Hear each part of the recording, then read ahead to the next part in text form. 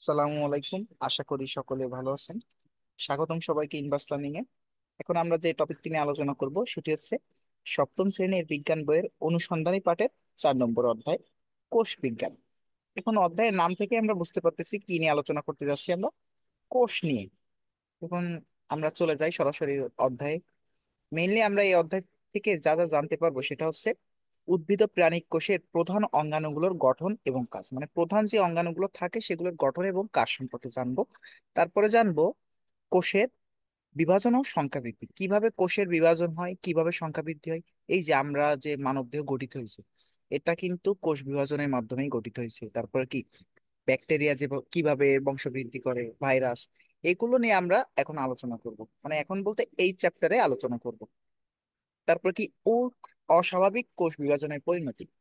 আমরা সবাই জানি যে ক্যান্সার হয়, টিউমার হয়, এইগুলো কেন হয়? এইগুলো হয় সাধারণত এই অস্বাভাবিক কোষ বিভাজনের পরিণতির ফলে। আমরা এই অধ্যায়ের লাস্টে এই জিনিসটা খুব ভালোভাবে জানবো। আমরা আজকের লেকচারে অনলি কোষ পরিচিতি নিয়ে আলোচনা করব, কোষ জিনিসটা কি। তারপরে আলোচনা করব আমরা কোষের ভিতর কি কি থাকে, কোষের বিভিন্ন উপাদান নিয়ে আলোচনা করব। দেন আমরা 3 নম্বর লেকচারে আলোচনা করব অস্বাভাবিক কোষ বিভাজনের পরিণতি। আশা করি তোমরা সকলেই সাথে থাকবা। সবগুলো ক্লাস একসাথে পেতে চাইলে অবশ্যই চ্যানেলটা সাবস্ক্রাইব করে রাখতে পারো, ঠিক আছে? যারা যারা এখনো সাবস্ক্রাইব করেনি অবশ্যই সাবস্ক্রাইব করে ফেলো, লাইক করতে পারো, কমেন্ট করতে পারো, শেয়ার করতে পারো। তো সরাসরি আমরা এখন চলে যাচ্ছি আমাদের পড়াই। এখন আমাদের প্রথমে কি আছে, স্কুল ঘরের বাইরে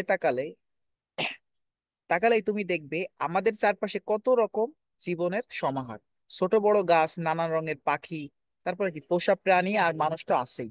গাছের কিন্তু জীবন আছে, আমরা আশা করি সবাই জানি। আমরা এটা নিয়েও আলোচনা করব। এসব জীব আমাদের চোখের সামনেই ছোট থেকে বড় হয়। এতে গাছগুলো কি ছোট থেকে বড় হয় না? একটা পাখির বাচ্চা মনে করো, তোমাদের বাড়ির সামনে একটা গাছ আছে, গাছে একটা পাখিতে ডিম পাড়েছে, সেখান থেকে কি হচ্ছে, একটা পাখির বাচ্চা ফুটতেছে।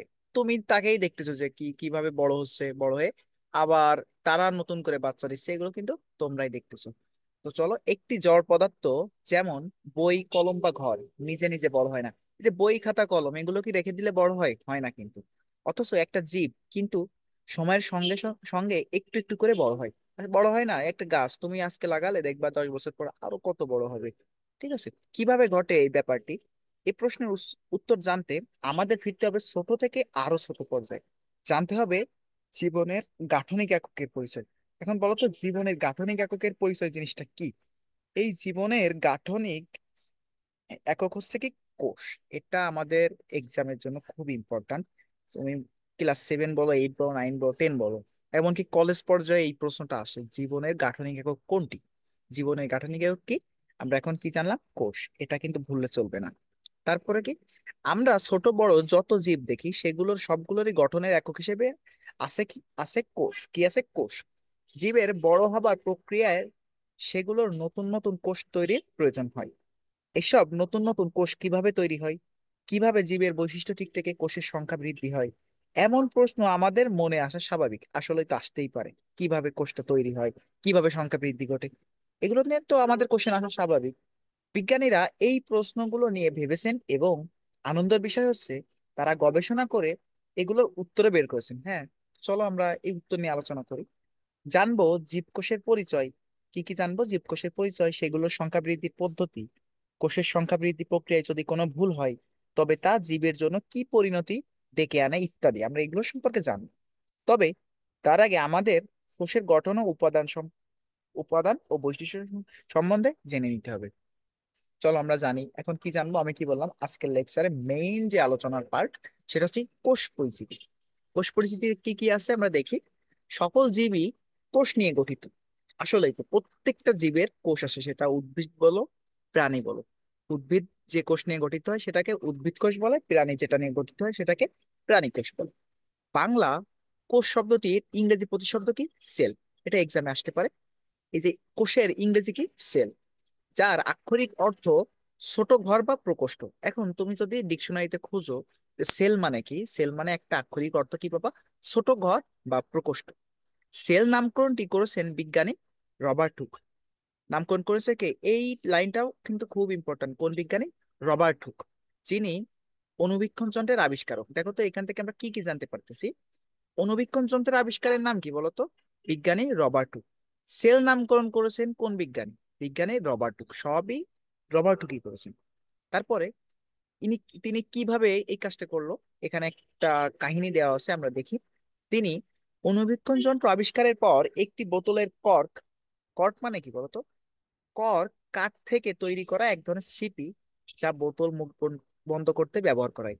তোমরা যদি হোমিওপ্যাথিক বিভিন্ন রকম ঔষধ দেখো, দেখবে কাঁচের ছোট বোতলে যেটা মুটকি আকারে থাকে, দেখবে ওইটাকে কর্ক বলে বা সিপি বলে, ঠিক আছে? বোতলের মুখ বন্ধ করতে ইউজ করা হয়। প- কি করেছিলেন বিজ্ঞানী রবার্ট হুক? একটা ওই কর্ক নিয়ে পর্যবেক্ষণ করতেছিলেন। খালি চোখে দেখা যায় না, যা দেখা যায় না তাই তিনি দেখলেন অণুবীক্ষণ যন্ত্রের ক্ষমতা ব্যবহার করে। আচ্ছা, আমরা যারা যে জিনিসগুলো খালি চোখে দেখতে পাই না, এগুলো আমরা কিভাবে দেখি বলতো? অণুবীক্ষণ যন্ত্রের ক্ষমতা ব্যবহার করে না, তিনিও সেই কাজটি করছিলেন। কর্কের কাঠের কোষগুলো একের পর এক ছোট ছোট ঘরের মতো করে সাজানো দেখাচ্ছিল বলেই রবার্ট হুক এগুলোর নাম দিলেন কি সেল। তাহলে কেন কেন নামটা সেল দিয়েছিলেন? সেল দিয়েছেন কারণ বিজ্ঞানী রবার্ট হুক তিনি কি করতেছিলেন, অণুবীক্ষণ যন্ত্র দিয়ে একটা বোতলের কর্ক পর্যবেক্ষণ করতেছিল। সেখান থেকে দেখতে পেরেছিল যে একের পর এক ছোট ছোট ঘরের মতো সাজানো দেখাচ্ছিল, মানে এই যে কর্ক গুলো একের পর একে সাজানো ছিল ছোট ছোট করে। এ কারণেই তিনি নাম দিয়েছিলেন সেল। আমরা ইটের পর ইটের গাঁথনিতে যেমন একটি বড় বাড়ি তৈরি করতে দেখি, তেমনি কোষের পর কোষ, কি কোষের পর কোষ যুক্ত হয়ে একটি বহুকোষী জীবদেহ তৈরি হয়। তাহলে কিভাবে জীবদেহ তৈরি হয়? অনেকগুলো কোষ, কোষের পরে কোষ মিলেই জীবদেহ তৈরি হয়। আচ্ছা দেখো, এখানে একটা চিত্র আছে, চিত্রতে কি নিয়ে আলোচনা করা হয়েছে? রবার্ট হুক অণুবীক্ষণ যন্ত্র ব্যবহার করে উদ্ভিদ কোষ পর্যবেক্ষণ করেছিলেন। কোন কোষ বলতো? প্রাণী কোষ না, কিন্তু তিনি প্রথমে উদ্ভিদ কোষ পর্যবেক্ষণ করেছিলেন। তা এবার দেখি আমরা রবার্ট হুকের দেখা কর্কের কোষ। এই যে তিনি যেভাবে কর্কটা দেখেছিলেন, সেটা চিত্র হচ্ছে এমন। দেখো তো, ছোট ছোট ঘরের মতো মনে হচ্ছে না? আরো বড় করলে আরো মানে মনে হবে যে ঘর এটা। রবার্ট হুকের অণুবীক্ষণ যন্ত্র, তিনি যে অণুবীক্ষণ যন্ত্রটা আবিষ্কার করেছেন প্রথমে, সেগুলো দেখতে এমন। এখন কিন্তু বিভিন্ন রকম আধুনিক অণুবীক্ষণ যন্ত্র তৈরি হয়েছে, ইলেকট্রনিক অণুবীক্ষণ যন্ত্র, এগুলো দেখতে আরেকটা স্ট্রাকচার আছে, ঠিক আছে? তারপরে কি, বহুকোষী জীবদেহে কোটি কোটি কোষ থাকতে পারে। এই যে তুমি আমি আছি, আমাদের কিন্তু দেহে কোটি কোটি কোষ আছে, ট্রিলিয়ন, কয়েক ট্রিলিয়ন কোষ আছে। তবে বিভিন্ন অঙ্গে অবস্থান ও জীবদেহের বৃদ্ধির বিভিন্ন পর্যায়ে কোষগুলোর মধ্যে আকৃতি ও কাজের ভিন্নতা থাকে। মনে করো তোমার যে মস্তিষ্কের কোষ এখানে দেওয়া আছে, যেমন মানব শরীরের মস্তিষ্ক কিডনির কোষগুলো দেখতে ভিন্ন ভিন্ন, আসলে কিন্তু দেখতে ভিন্ন। তোমার পায়ের কোষ কিংবা তোমার চোখের কোষ, এগুলো দেখতে কিন্তু সেম হবে না, এগুলো ভিন্ন ভিন্ন। কারণ কি, সেগুলোর কাজও আলাদা। কাজ আলাদা বলে এদের দেখতেও ভিন্ন, বুঝা গেছে? কিন্তু সেগুলোর গঠন উপাদানটা অনেকটা একই রকম, মানে গঠনের উপাদানটা একই রকম। এসব উপাদান নিয়ে আমরা আরেকটু পরে আলোচনা করব। আমরা এই লেকচারে উপাদানগুলো নিয়ে আলোচনা করব না, আমরা নেক্সট লেকচারে উপাদানগুলো নিয়ে আলোচনা করব, কোষের ভিতর কি কি থাকে। তারপরে দেখি আমরা, কোষকে বলা হয় জীবের গঠন এবং কাজ সম্পাদনের একক। ইংলিশে কি বলে? Structural and functional unit. এই জিনিসটা মনে রাখবা, কোষ কাকে বলা হয়। কোষ কাকে বলা হয়? জীবদের গঠন এবং কাজ সম্পাদনের একককে কি বলে? কোষ বলে। অর্থাৎ একটি জীবের শারীরিক গঠনের একক হচ্ছে কোষ, আবার তার যে কোনো কাজ সম্পন্ন হয় ওর প্রাথমিক জায়গাটাও কোষ। তাহলে কি, শারীরিক গঠনের একক কি? কোষ। কিছু কিছু জীব আছে যেগুলো এক কোষী। আচ্ছা বলো তো, এক কোষী জীব কোনগুলো? এগুলো এক্সামে আসতে পারে। ব্যাকটেরিয়া, এটা কি আমরা খালি চোখে দেখতে পারি? পারি না। অ্যামিবা, পারি না। ইস্ট, এগুলো আমরা খালি চোখে দেখতে পারি না বলে এগুলো কি? এক কোষী। এককোষী জীব এতই ক্ষুদ্র যে সাধারণত অণুবীক্ষণ যন্ত্র ছাড়া এগুলোকে দেখাই যায় না। বোঝা গেছে? এই যে ব্যাকটেরিয়া দেখতে গেলে কি করা লাগে আমাদের? অণুবীক্ষণ যন্ত্র লাগে না? লাগে। আমরা আমাদের খালি চোখে যত জীব দেখি সেগুলো সবাই বহুকোষী। খালি চোখে কি কি দেখি? এই যে গাছপালা, হাঁস মুরগি, মানুষ, এগুলো সব কি? বহুকোষী জীব। এসব জীব তৈরি হয় অনেক অনেক কোষ মিলে। বিভিন্ন রকম জীব দেখতে আলাদা হলেও সেগুলোর গঠন ও কাজ সম্পন্নকারী কোষগুলোর মৌলিক উপাদান একই রকম। মানে কি, সবগুলো কোষের যে মৌলিক উপাদান, কাজ সম্পন্নকারী মৌলিক উপাদান, এগুলো গঠন কি একই রকম। সকল জীবের কোষই কি কি দিয়ে গঠিত? আমরা একটু দেখি। সকল জীবের কোষই শর্করা বা কার্বোহাইড্রেট, কার্বোহাইড্রেট কি কি বলে? শর্করা।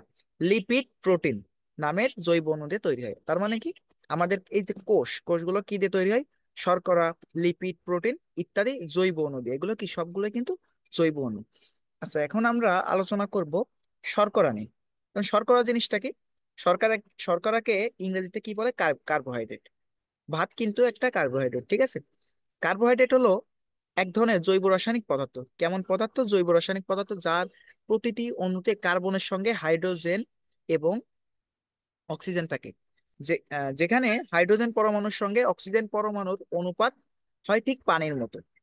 কি হয়? 2:1। জীবদেহের শক্তির প্রধান উৎস হিসেবে কাজ করে। আচ্ছা, তার মানে এখান থেকে প্রশ্ন আসতে পারে, শর্করা কি?